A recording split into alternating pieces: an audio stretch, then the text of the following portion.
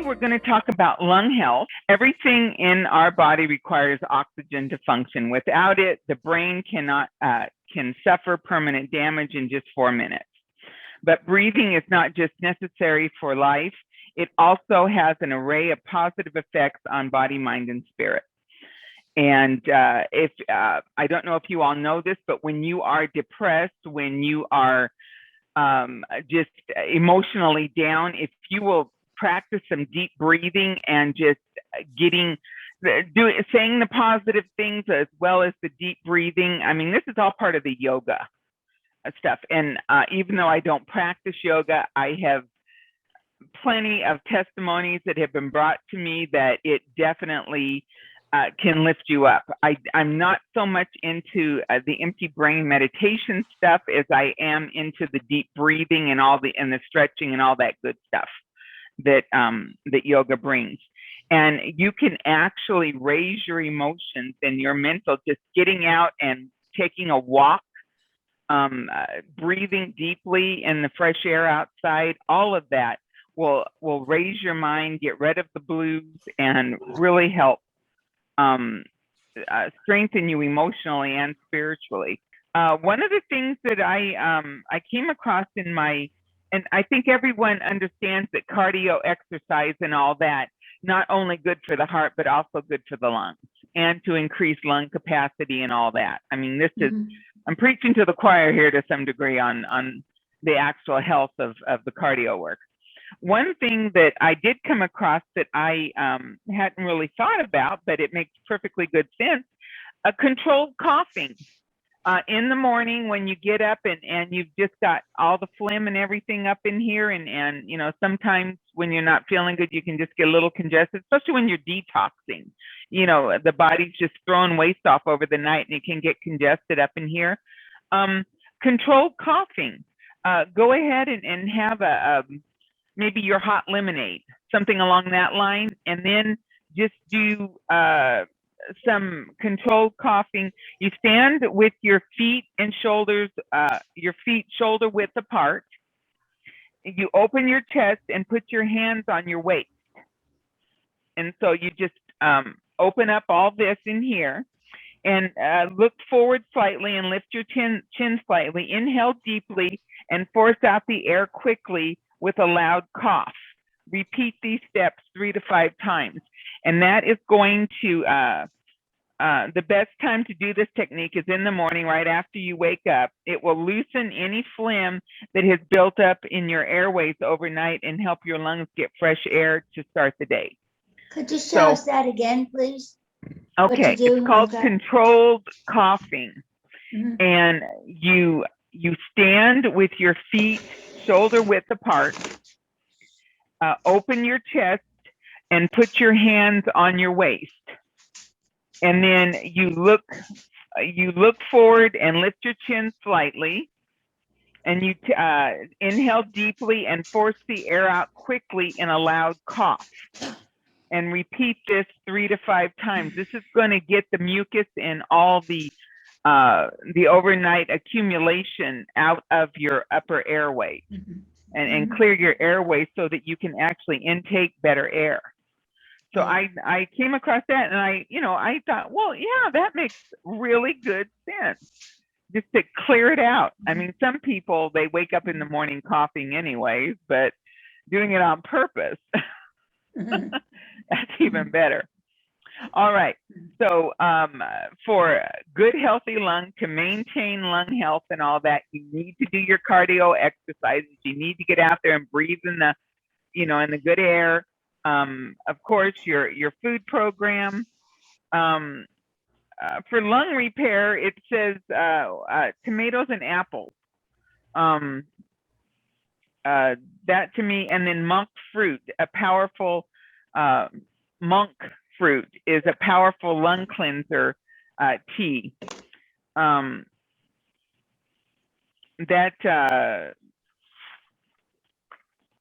That was some information I'd come across. Did you say monk I fruit? have, Monk fruit? yeah, Monk fruit? M-O-N-K, Oh, M-O-N-K fruit. That's supposed to be a powerful lung cleansing tea. So having a cup of that every so often would, daily would not be a bad idea. So Dara, the tea is called monk fruit. Yeah, it's monk fruit, and it's on the Oriental side of natural healing. I came across it and it looked like something definitely worth throwing out there as a nice cup of tea to have if you've got lung issues or you're trying to prevent them. It doesn't sound half bad at all. I'm short of breath. Short of breath. Pardon? I'm short of breath. I had pneumonia about 3 or 4 weeks ago, and I'm still short of breath. Okay, who am I talking to? Mary. Oh, Mary. Okay. Lobelia is going to open the herb Lobelia. Are you familiar with what Lobelia is? Yes. Okay. A dropper full of Lobelia in your mouth is going to open those bronchioles and open that airway very quickly and restore your breathing. You need to be doing your cayenne tincture, your hot lemonade, which is a way of taking cayenne. I have a video on there that shows how to make your hot lemonade. That's going to help with circulation and all that. And if you had pneumonia, hot enema? Pardon? Hot enema, you said? No, hot lemonade. Oh, hot lemonade. Okay. Yeah, it's like a kidney flush drink, but I like to make it with apple cider vinegar, lemon juice, a little bit of honey or maple syrup. The maple syrup goes in better, and a teaspoon of cayenne in as much water as you want, however big you want to make it. And that just really opens everything up and starts moving things out. But the real key to getting your lungs open and clear is you need to do garlic paste to your feet. One night, if you have someone there who can help you with that, that would be wonderful. And I do have a video that goes into detail on doing the garlic paste. But the garlic paste to the feet clears the lungs. Wow, that's good. And it is natural healing first aid for pneumonia. It will often turn pneumonia around overnight. I haven't lost any of our members, and some of them have been pretty close to the end. The garlic paste has brought back quite a few this past couple of years. Yeah, this is Adam. I've been using the garlic paste on my feet, and Yes. that is wonders. No. Yeah, I could do that. it definitely clears the lungs and helps with that. Sarah, this is Anna. I actually also got pneumonia again about a month ago, and fighting candida, et cetera, because of all they put me on. And I've been doing the infection formula. I've been doing all of it. But how often can we do the garlic paste, or should we? It can be done. It can be done repeatedly. 2 times in a row is the limit, unless somebody is deathly ill. I wouldn't do it more than twice, 2 days in a row. Okay. I've done it 3 days in a row on my husband when he was really sick one time, and we did have to soak his feet in aloe vera gel the 3rd day. There was a chemical burn, but he was very, very ill, and he was getting better and better, but to let it go without that 3rd one, he would have just drifted back into a serious issue. So we did do it, but for someone who is just not at death's door, but you're still fighting, it's just not getting over it. I would say giving yourself, after you do the 2 in a row, maybe giving yourself a 3 or 4 day rest and then do it again if you need to. A week wouldn't be bad, doing it weekly or something like that. You just need to rest the feet in between because it is caustic, and the feet will, yes, once a week is not a bad idea for those who are really working on lung issues. If somebody has COPD or something along that line, pleurisy, any of the real serious lung issues, doing the garlic paste on a weekly basis is not a bad idea. Can I you mean, put that is olive going oil to in clear the the feet? gunk out. Pardon? This is Mary. Can they put olive oil on their feet before you do the paste? No, you need to use, you can put olive oil on just to massage in to feed the tissue and make the tissue healthier, but you have to use the Vaseline as a barrier. Garlic that's is what I too meant, yeah. caustic. Do you put Yeah. the Vaseline on before you put the paste on? Yes, you put a coating Oh. of Vaseline on before you put the paste on. And the paste is a 50-50 mix of crushed garlic and Vaseline. I So see. you make your little pile of garlic, and then you make a little pile of Vaseline that looks about the same size, and then you mix them together. And that's how you make your paste. I see. And somebody with a size 8 to 10 shoe is going to use maybe 10, 12 pieces of garlic, big pieces. So you get your hands and you open them up and take the biggest pieces out of several hands and get 10 to 12 pieces, big pieces like that. And so for a decent sized foot, but I do have a video where I actually make the garlic paste and then I apply it to Denise's feet. So it goes all the way through and it shows exactly how to do it. And if you need that afterwards, just text me and I will send you the link directly to the video. Mhm. Thank So you. what else in conjunction to the garlic paste Thank you, Naomi. could you be doing? Okay, for lung health overall. All right. And this is what we would talk about for Purging. And I don't know that I say that right. This is where the Purging is where there's an inflammation in the membrane covering the lungs, and there's also it can cause the lung capacity to go down. For that, anything where the lungs are compromised, COPD,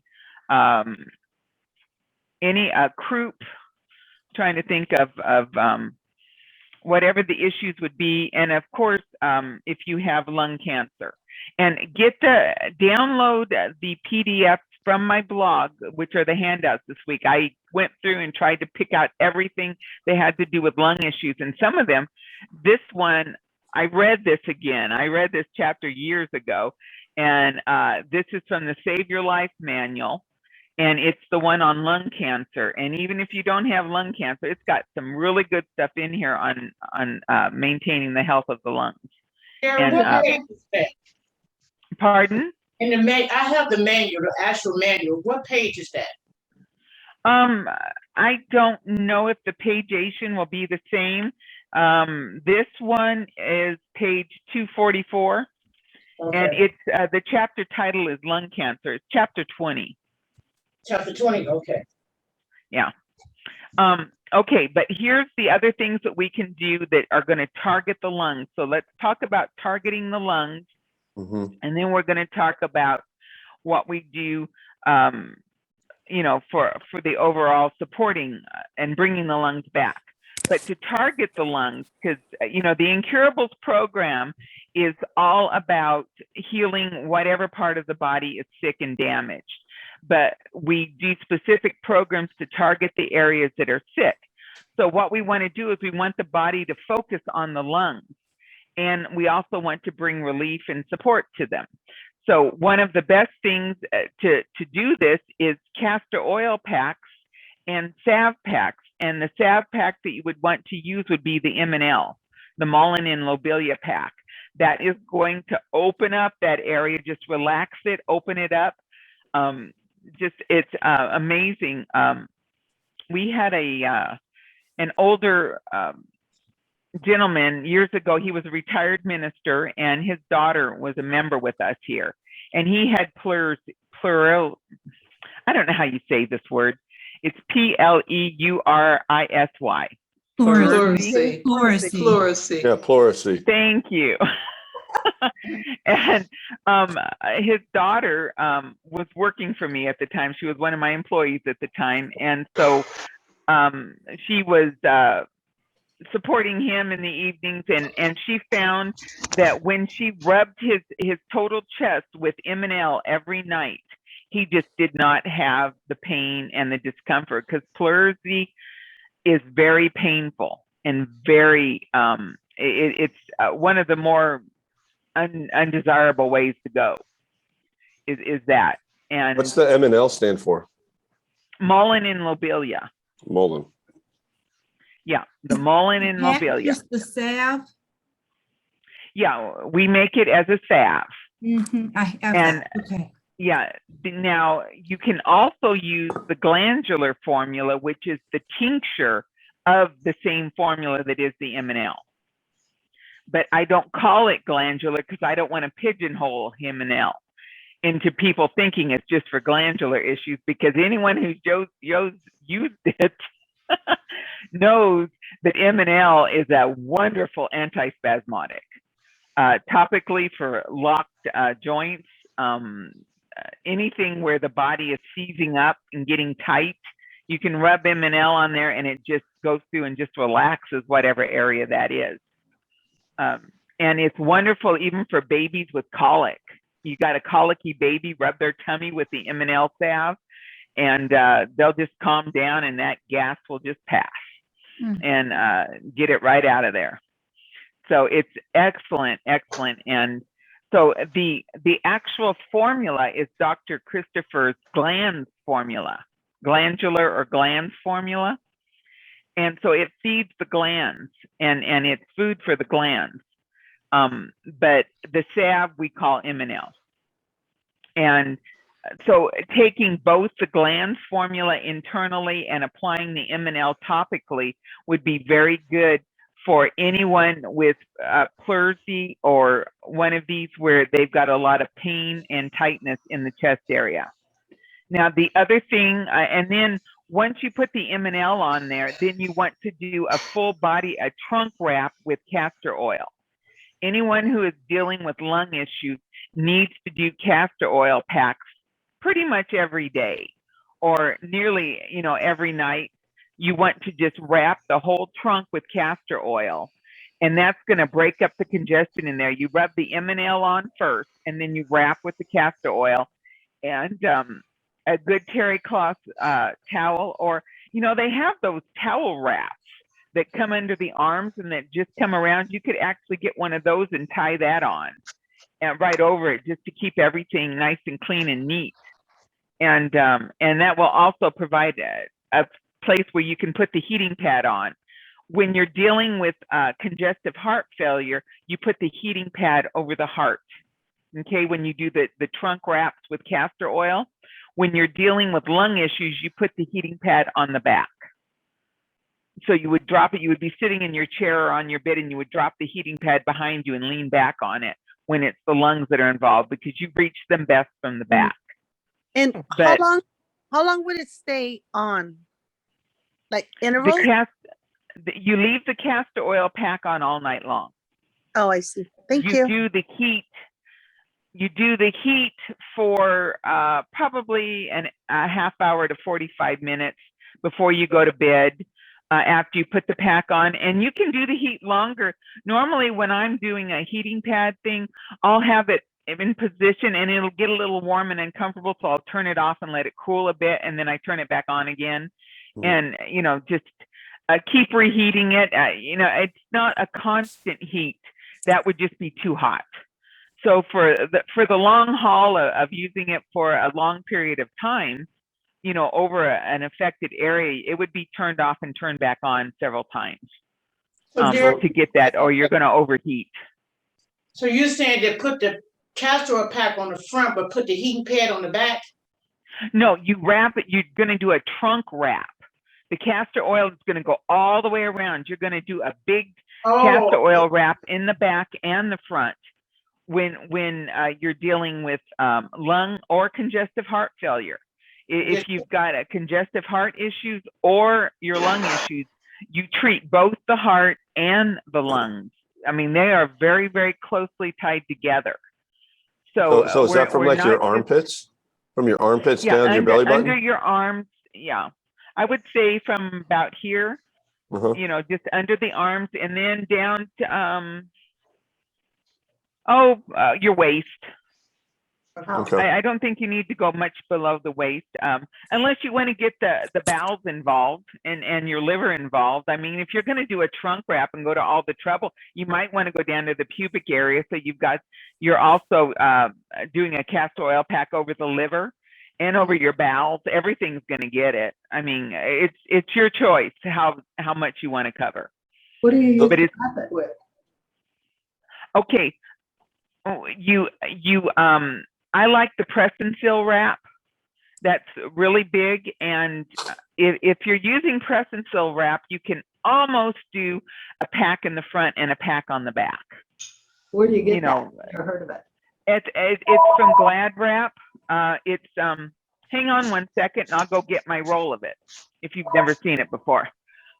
I use it here in the kitchen. Walmart carries. Yeah. The cool thing about press and seal is it's sticky on one side. Oh, okay. And here, I'll show you. I've I seen love this it. stuff. It's pretty cool. Yeah, this is press and seal. This was a seasonal one. It's got little bears on it, but it's put out by Glad Wrap. And the really cool thing about it, and you see here, it's sticking to the box. One side of this wrap is sticky. This side has stick to it. This side doesn't. So it is going to stick to your skin really well. Second, I'll tear off a piece here.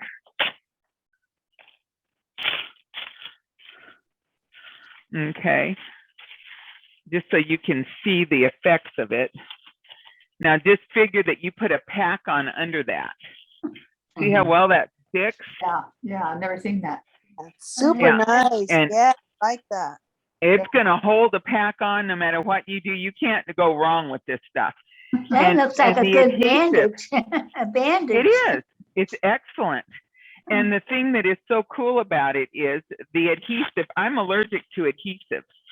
And whatever they use on this does not bother me. Huh. The So other do you thing heat the castor oil up like you do for an elf and then put it on the material? I don't tend to heat mine in advance. There we go. It will tear. I don't tend to heat my castor oil packs in advance. If you watch the elf video, you'll see that I lay out two things of the press and seal. I take and pull one out, and then I pull another one out. So I have a tall on the counter in front of me. Mm-hmm. And then I put the pack in the middle of it. And you can actually, if you're going to do a full body thing, you might almost end up with 3 pieces, but 2 ought to do it. And you just position your flannel on there, and then I just pour the castor oil on there and work it out with my fingers so that it just covers the whole the material. And then I pick that all up together and just apply it over the affected area. Oh, okay. Could you explain? Go ahead. Go ahead. Could you explain how castor oil works? Castor oil goes in and it breaks up congestion in the body. It softens. I mean, it's a very thick, rich oil. It seeps in through the skin and it just breaks up. It softens up everything in there. So then the body, it has more ability to flush out the waste. I see. And the other thing that is also very, very good to do, and he kind of hints at this on the Save Your Life video chapter, is you can alternate when you're healing an area. It's really nice to alternate between the charcoal flaxseed poultice and castor oil packs. The charcoal flaxseed poultice is going to pull waste out. I mean, it is wonderful over the liver when you have when you're doing work with your liver. You can put the charcoal flaxseed poultice over your lungs in the back, and it will just draw toxins out when the lungs are inflamed. It's amazing. I mean, do not discount the charcoal flaxseed poultice. You can apply that over any big area of the body, anywhere that you would be putting a castor oil pack. Alternating it with the charcoal flaxseed is excellent Are you because saying it chocolate, the works kind of different. chocolate you eat? Chocolate Um, to eat? Yeah, charcoal. You want what's the word I'm trying to think of? Activated charcoal. Oh, yeah, charcoal. I Yeah. got you now. Yeah, Do you and think that I actually comfrey would have. help our lungs if rubbing comfrey on our chest? Yes, we're going to get to that. Okay. I do have several formulas or a lung tonic that you would be taking internally. Mhm. But we're gonna let's deal with the external first. Sarah, Okay. the M&L Yes. salve, I'm sorry, but the M&L salve, Go I'm not ahead. sure I understand. Do we put that on our chest and the back or just, and where exactly do we apply that? If you have something like Purge or something where everything is just really tight and stiff in there, you'd want to put Yes. it front and back. Okay, I'm having serious lung issues. So yes. Yeah. Yeah, Okay. so you would want to put it front and back. It's going to help relax all the muscles, and when there's inflammation and issues in there, everything tightens up. Okay. I saw that when I had kidney disease.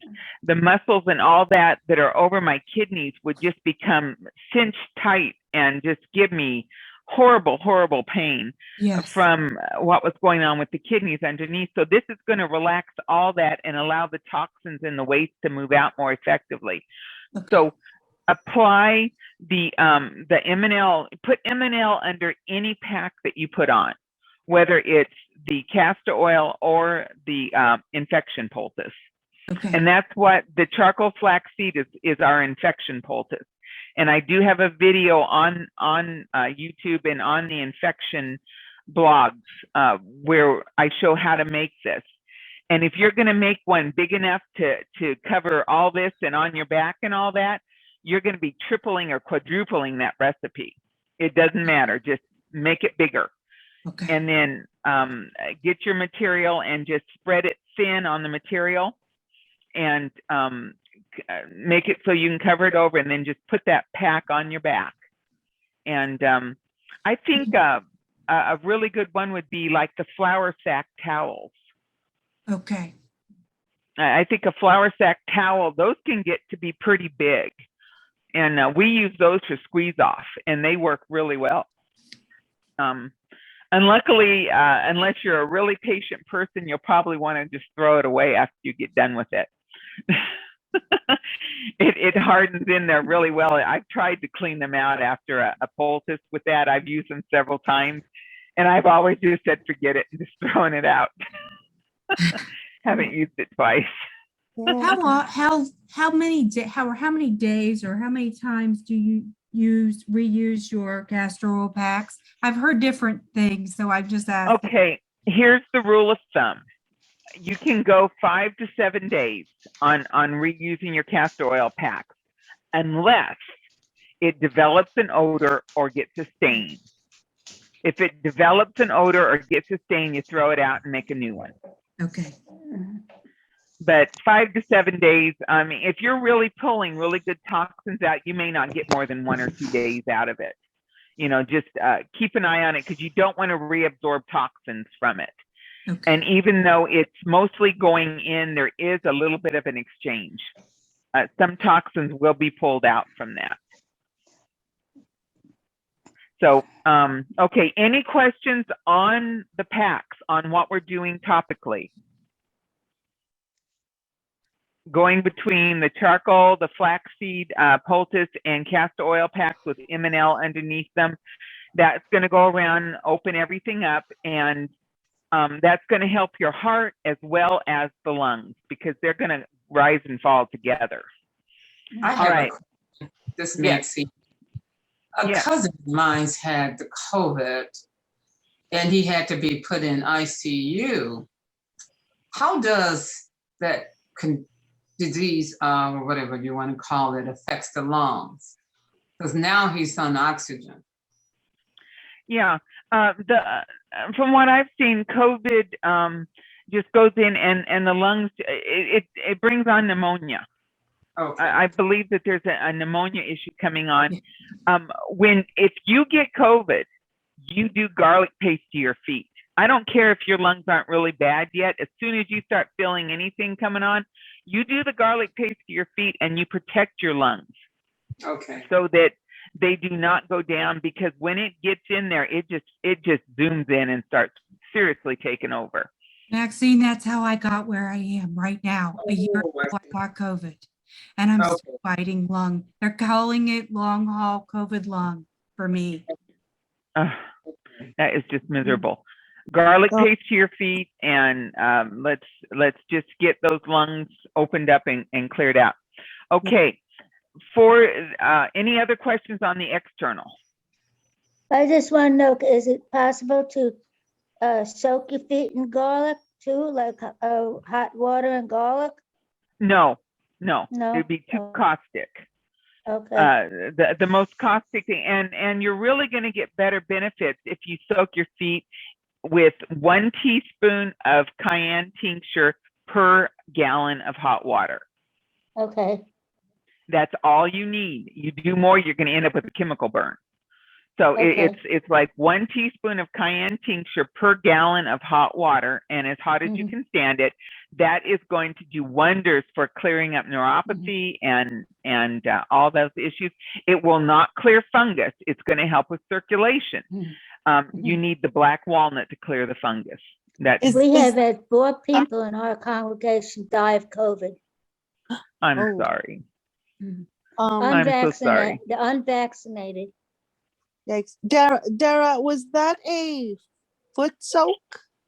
Or What? what you were just discussing with the cayenne and water as hot as? Yes, that's a foot soak. Okay. You can do that for any poor circulation in the feet, neuropathy. If you're going to be dealing with ingrown toenails and things like that, you can go ahead and put the cayenne in with the Epsom salts. I don't see any problem with that. But normally, the Epsom salts is what you would be wanting to soften everything up with, and cayenne is all about better circulation. So Thank you. You're welcome, hon. All these people who died of COVID in our church, 4 of them, none of them did anything to help themselves. They were unvaccinated, but they didn't take any herbs or anything like that.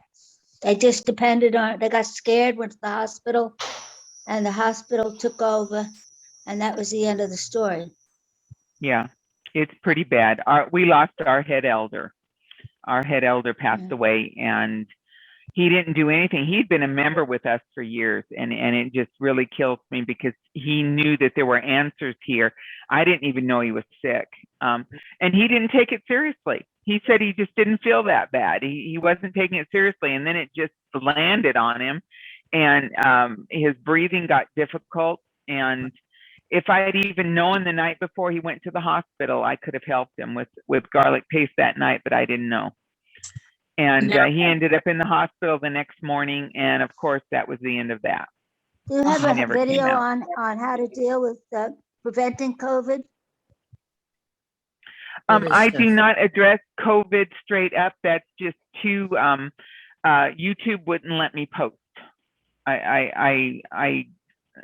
You have to be careful on what you say. There's so much censorship out there. I do have infectious disease blogs, and I do have a video on what to do for infectious diseases, which pretty much covers it. Okay, thank you. But I don't use the word COVID much, and I'm hoping I don't have to edit any of this out. I get you. I understand. Yep.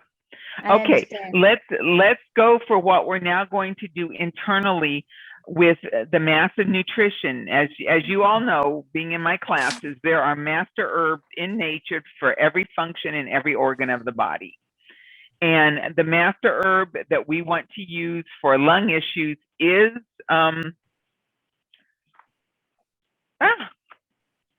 I hate old age.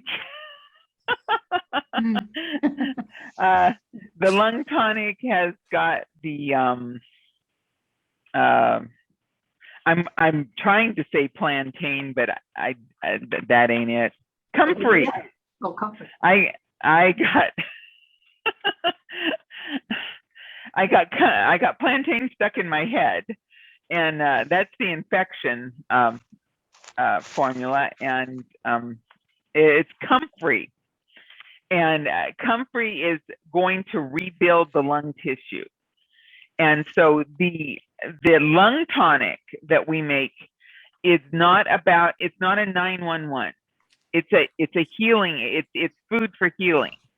I mean, when you are having a 911 on your breathing and all that, of course you want to be taking your lung tonic on a regular basis just to support the health of the lungs. But for serious issues, you want your lobelia. Lobelia is going to go in there and instantly open up the airways. Have you used lobelia, Anna? You're still blocked. There you go. Sorry. Every day. And you have seen that it opens up the airways and you can breathe again. Yes, I actually did beautifully until we had a really bad cold snap a little over a month ago. And that's when I got hit super hard. And I had to start doing it multiple times a day. Yeah. Yeah. Well, we need to get this completely reversed. Yeah. Yeah.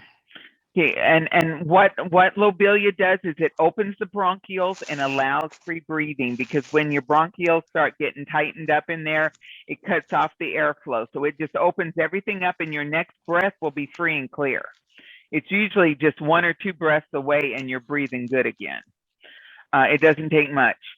At the downside to using lobelia is you have to find your tolerance. Sometimes 2 dropperfuls, 3 dropperfuls at a time very seldom causes any nausea. But when we want someone to purge, and he talks about that in the lung cancer, that he was doing the lung purges. Not at the beginning, but after you get into the healing program, you may need to do a lung purge and actually purge those lungs. And you do that with you drink a cup of peppermint tea to start with. And he explains it in that handout, how he administered it. You drink a cup of peppermint tea, that helps relax and open up everything a little better.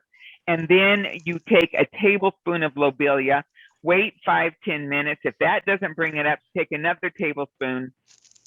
Yeah, I will normally do it.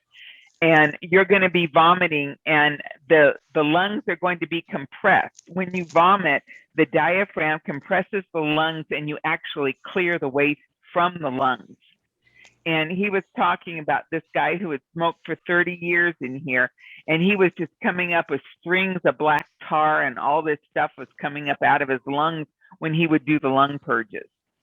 People who are seriously asthmatic, one of my brothers called me years ago, and his girlfriend was there with him, and she had woken up that morning with really bad asthma. And I know she was dying of embarrassment that he was calling me, but she couldn't breathe. And she was there in the bed with him, and they were just sitting there. And he goes, how can I help her? And I said, well, give her lobelia. And he had the lobelia there. So he just starts giving her dropperfuls. And the first 2 dropperfuls, and she was breathing good. And we just kept talking. And about 5 minutes later, she started getting bad again. So I said, give her 2 more dropperfuls. He did. She was breathing good for about 10-15 minutes, and she started getting bad again. And I go, okay, this is going to do it. And I said, give her 2 more and get the bucket. And he did, and she purged. I mean, the 6 dropperfuls for her, and it was probably out of a 4-ounce bottle, because I believe that was the only size my brother had of the bottles. And she purged, and she just came up with all this stringy stuff. I mean, I couldn't see. We weren't on a video call or anything, but he was telling me what was going on. Heartless Wow. guy. And he told her she was going to vomit, so she was aware of what was going on. And her lungs just cleared up. And then after that, we talked for probably another half hour, 45 minutes. And she says, I have not breathed this clear and this good in years. And even after they broke up, she stayed in touch with me for a while, and she never had any more problems with asthma. It completely cleared her asthma. That's just amazing. getting all that gunk out of her lungs, Wow. purging the lungs. So a lung purge, and let me explain this to you. This is something I want you all to make a note of this. Okay, this is important. Underline this in lung purge. It works the very best when you're in a crisis. Lung purging will not work if the person is not in a crisis. Everything needs to be loose in there. When it's loose and they can't breathe and it's like they're just they're in an asthma attack, basically. That's when you do a lung purge. That's when you make them vomit, because all that stuff is loose and it's just all going to come up. When the diaphragm contracts on those lungs, it just pushes all that loose waste out. If it's all hard in there and nothing is loose and they're having a good day and nothing's going to come up. You might get some stuff up, but most of it you're not going to. So it's going to work really good. And when you do the castor oil packs over the lungs and you do all that, you're going to put yourself into a crisis. I should warn you about that. Doing the castor oil packs, you're going to be softening stuff up. If there's waste in there, you could very much put yourself into an asthmatic crisis. And praise the Lord for it, because then you can purge it and you're going to get it out. And yes, you're going to vomit, but guess what? It's worth it. I mean, it's like one of those things that you do that's just going to be good. It's not going to kill you by any means. So when you're doing the packs around there and all, though, if you go into a crisis, just praise the Lord, grab the Lobelia and purge it out. And you will be rid of that degree of waste. I mean, if you've got a whole bunch in there, it could continue on a little bit more, or it might be the last thing you need for that healing, especially with a long haul COVID case going on. It could just be that in there. So, look towards that. Make sure you keep enough Lobelia on hand so that you can do your couple tablespoons, because you don't want to get to a crisis and not be able to purge that crisis. I mean, that would be almost a waste of doing it, all that work, and not being able to get the waste out. So any questions on that? That was a very, yes, Catherine. The Lobelia you're talking about, is it the tincture that's in apple cider vinegar? Yes. Okay. We make it with a 50-50 mix of apple cider vinegar and alcohol. It responds best to that when it's extracted. And don't use the antispasmodic for the purge. It won't work. Or it might work, but it's just going to be, it's too hard to control. It could way be too powerful. And it's not pure Lobelia. It's got other herbs, other nervine herbs in there. If you're going to do a purge, you want straight Lobelia to do the purge. Okay, any other questions? Yes. So it's the one I have one that I got from you. It's that one, right? Who am I talking to? I can't see everybody at once. Okay, this is Norma Cervantes. Yes, and I have it here in front of me, and it says Lobelia. And let me see. Dried Lobelia. It's tincture, I think. Yeah, it's with vinegar. It's the one you just mentioned, vinegar and alcohol. Yep. Yeah. Okay. That would be it. Perfect. Yeah, that's the one that you want. And that's also what you're going to use on a regular basis if you if you come into contact with COVID or everybody is getting it around you. You would take a dropper full of Lobelia every 2 or 3 hours. That keeps your system open. When you have a communicable disease, what happens is the germ gets into you, and during that incubation period, it blocks up the capillaries, and then once it gums up your system, then it just takes over. So Lobelia keeps everything open. So you use your vitamin C, you use your infection formulas, your echinacea, all that good stuff. You know, keep flushing, do the good stuff. But the Lobelia is going to keep it open so that the germ can just be flushed out, and it won't get a foothold in your body. My husband and I have been exposed to it so many times, and it's never gone past just a little scratchiness in the throat. We were just down in Lobelia every 2 or 3 hours when we knew we were trying to come down with it, and it never got anywhere. So it works really well. Okay, any questions on purging? Everyone now an expert on purging? My first time hearing of it. Okay, he does talk about that one in this handout, and he doesn't go into detail. It's just mainly a conversation with him, but he does mention it. He talks about the effects of it and all that. It's a pretty good testimony on purging. The purging versus the wrapping or the packs. What do you put in first? Okay, you're going to do your wrapping first. The purging you will do when the crisis occurs. I'm not quite sure. Okay, where am I sticking where that is? Because, yeah. Okay, when everything is loose, when you can't breathe, when you know you're using Lobelia to keep your airway open, all of that. That is when you're in crisis, when it's all there. When you put those wraps around you, it will probably make that crisis worse because it's going to loosen everything up. Okay. And it's going to open up, and you're going to be getting garbage moving and waste moving out. So when that happens, that's when it will be a really good time to purge. Okay. And don't be afraid. It's just vomiting, you know. And if you know you're going to do it, just take your peppermint tea. You want to make sure you drink your peppermint tea first. And that also gives you something to throw up. And just, you know, let the body do its thing and clear that waste out. Okay, have I been heartless enough to everybody? Any questions on that further? I want you to be clear, because if this comes up as a crisis, I want you to be comfortable doing it. You're not going to hurt yourself. It's not dangerous. It's just not fun. Okay, so internally, you're going to be taking your lung tonic. The lung tonic has the nutrients in it to rebuild the lung tissue and all that.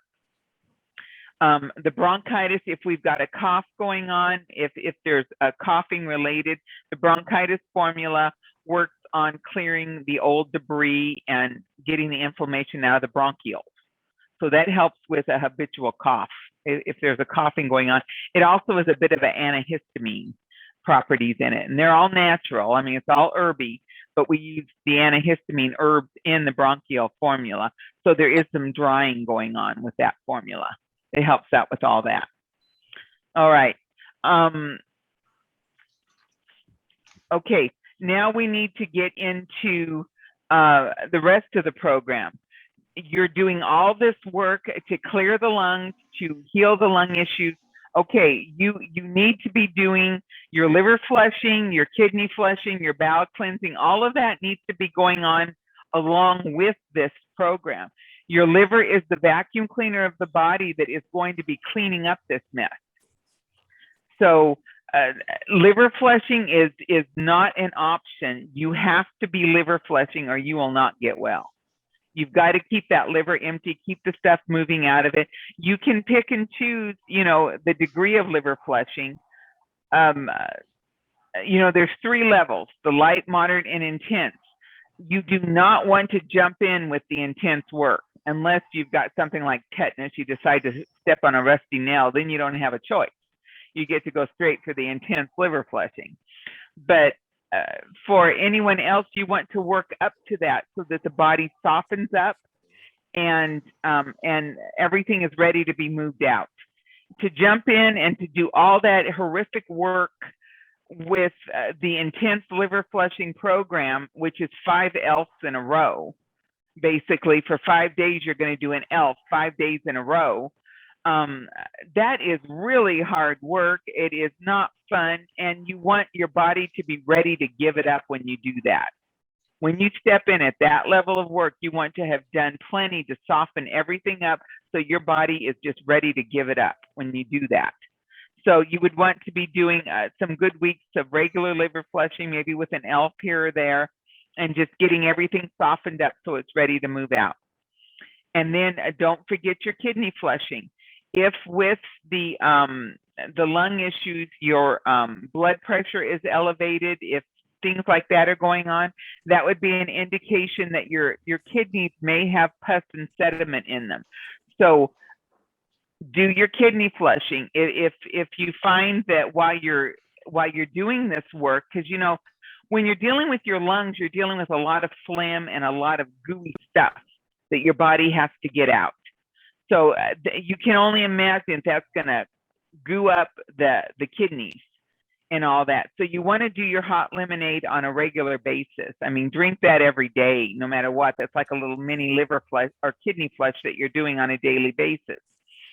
But for your good kidney flushing, your week of kidney flushing, you really want to be serious with it and to do the good kidney work, because the goo and all that waste that's coming out, it is going to be blocking up the kidneys. And if you see your blood pressure trying to tick up, if you see you know, other issues, maybe a backache, maybe your kidneys are just not acting so good, do the intense kidney flushing program. Just get them cleared out. And that's like a 3-day program, and the video from the class and all that is on there on how to do that one. But just remember that you're getting a lot of goo out of your body, so keep the liver open and moving, keep the bowels open and moving, and just use your tonics and your packs and stay happy. So I have a question, Dara. Yes. What is the difference, or how do you start with the light liver flushing and versus the moderate liver flushing? Okay, the light liver flushing is really just what you would be doing on a seasonal oil change. Schultz talks about that one as just doing one liver flush, you know, one of those liver flush drinks in the morning, and then just maybe eating raw for 5 days or something like that. You know, it's a very light program, and maybe at the end of that you would do an ELF. You know, after you did 4 days of that, then on the 5th day do an ELF, and that would be your seasonal oil change. The moderate program is where you would be doing 3 of the liver flushes a day. You know, the regular detoxing program, 3 of those a day, and you might throw in on Wednesday or Friday, decide to do an ELF. I always finish my week with an ELF on Friday instead of the Monday one again, because you know, you step up in intensity and then step back down at the end of the week. So on Friday you're doing what you did on Monday, and that was a pretty light liver flushing. So I usually just hang that up and do an ELF on Fridays. Oh, okay. Because I have an ELF that I purchased from you, but I haven't done just the liver flushing. Okay. Well, you can look at the video, and that's just what the ELF is. It is not a detox in and of itself. It just flushes that liver through. It's like taking a fire hose to one end of the liver and just flushing it through. Okay. So it just clears the waste out of the liver and gives you gives the liver more ability to pull waste. Okay, any other questions on the lungs, on a lung program? Anything that I haven't covered well? What about mucus, Dara? How do you get rid of lungs of mucus? The mucus, you're talking about like asthmatic mucus issues and all that? Like sometimes coughing up mucus regularly, like every morning or so. Okay. For something along that line, you can look at the bronchitis formula. That does have some decongestant properties in it. Garlic paste to the feet is going to really clear the mucus from the lungs and all that. If it's the decongestant herbs are going to be helpful with that. And on the food side, you need to cut out all dairy. No sugar, no dairy. The processed food needs to go. That is just all mucus forming garbage. See, I've gotten off the processed food. I haven't done dairy in I don't know how long, but wonderful. Sometimes I just wake up and I just had that mucus and I don't know where it comes from. Yeah. What about yogurt? It's a milk yogurt. product. It's a milk product. Milk is mucus forming. Yes. How do you get your probiotics? You just take them in pill form. Oh, okay. Kombucha is good too. Pardon? I said kombucha. I get it kombucha. Yeah, kombucha. Kombucha is definitely good. Probiotic, yeah. Yeah. Dara, that's a good one. Dara, this is Maxine. One of my holistic doctor had told me I had to get off of wheat because sometimes it would cause mucus in my body.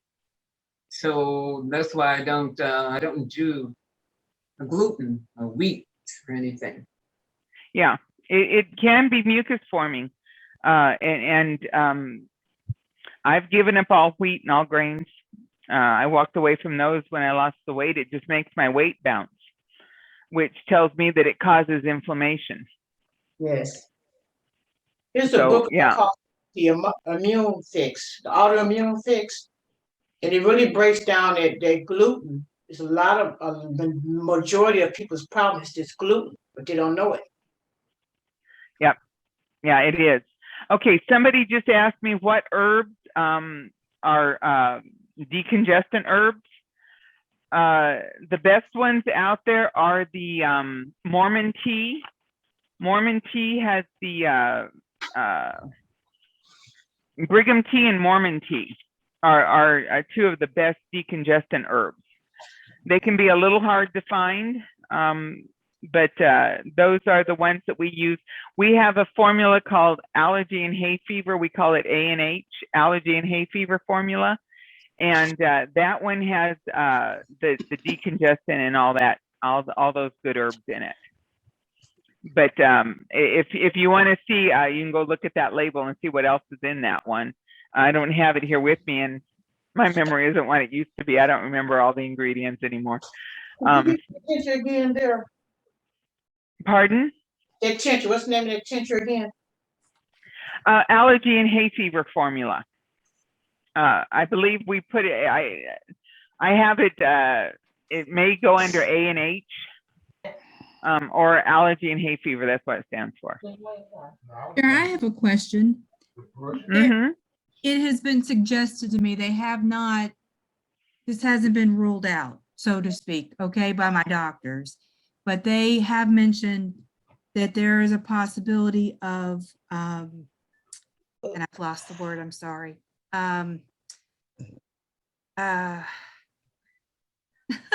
Fungal infection in the lungs left over. Okay. Is that, can you address that at all? Yeah, fungus, the most powerful antifungal we have is black walnut.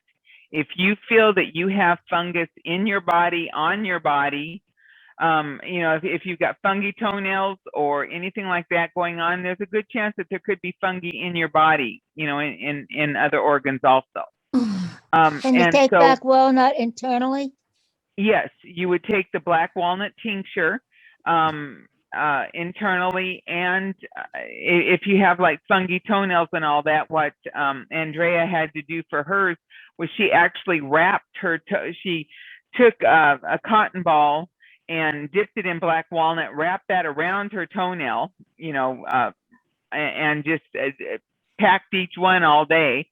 And she did that for a couple of weeks, and like she said, a couple of them finally popped off.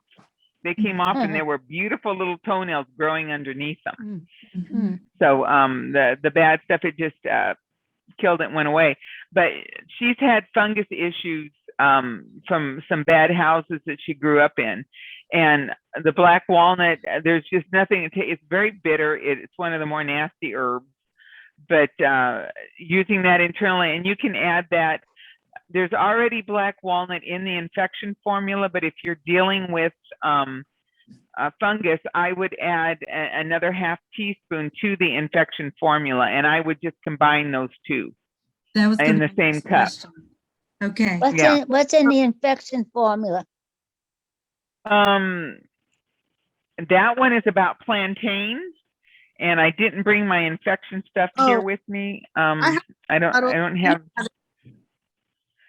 Yeah, it make me feel the best of all of them for some reason.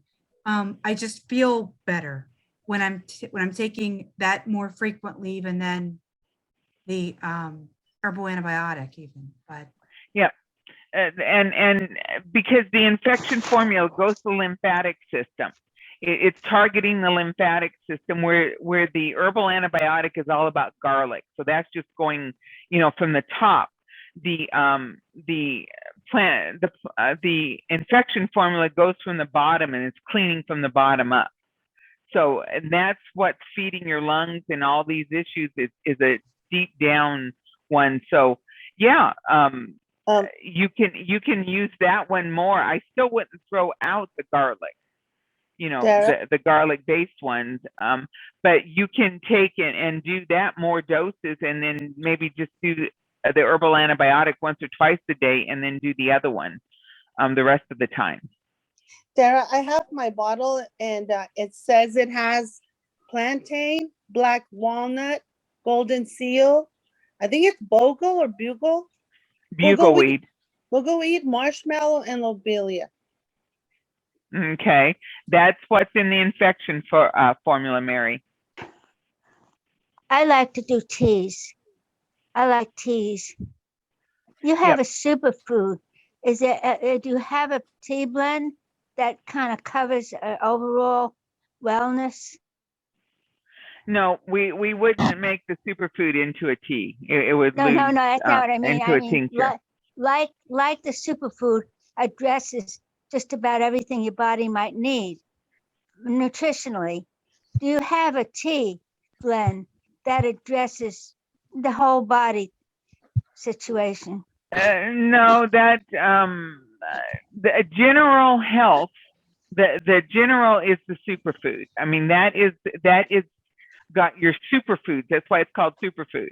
It's got the ones with the super nutrition and all that in them. When I was losing the weight and I was off of all food, I was water fasting and doing all that kind of work. I used our weight loss formula, which is very high in nutrition. It's got the kelp in it. It's got the hawthorn, which feeds the heart. It had papaya and other really good herbs that were in there for nutritional support. And so I used quite a bit of the weight loss formula as like my vitamin mineral supplement. In his book on obesity code, Dr. Jason Fung suggested that when you do the water fasting, that you take a vitamin supplement. I couldn't take any of them. My kidneys would not put up with pressed pills, and I couldn't do the superfood. It had too many carbs. I would have broken ketosis. I mean, it wouldn't have worked. I tried it, and it just didn't work using superfood. So I went to my tinctures, which would not break ketosis.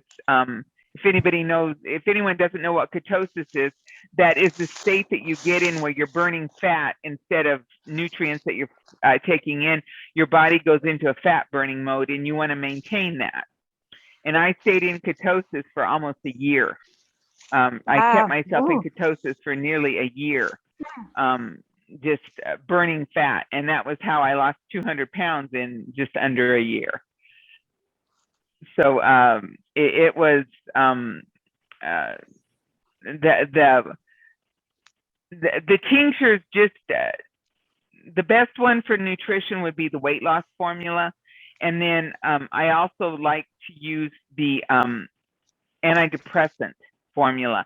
That had a lot of really high nutritional value in it also. So those were the two tinctures that I used a lot. And then, of course, the BF&C, the bone, flesh, and cartilage, and the calcium formula.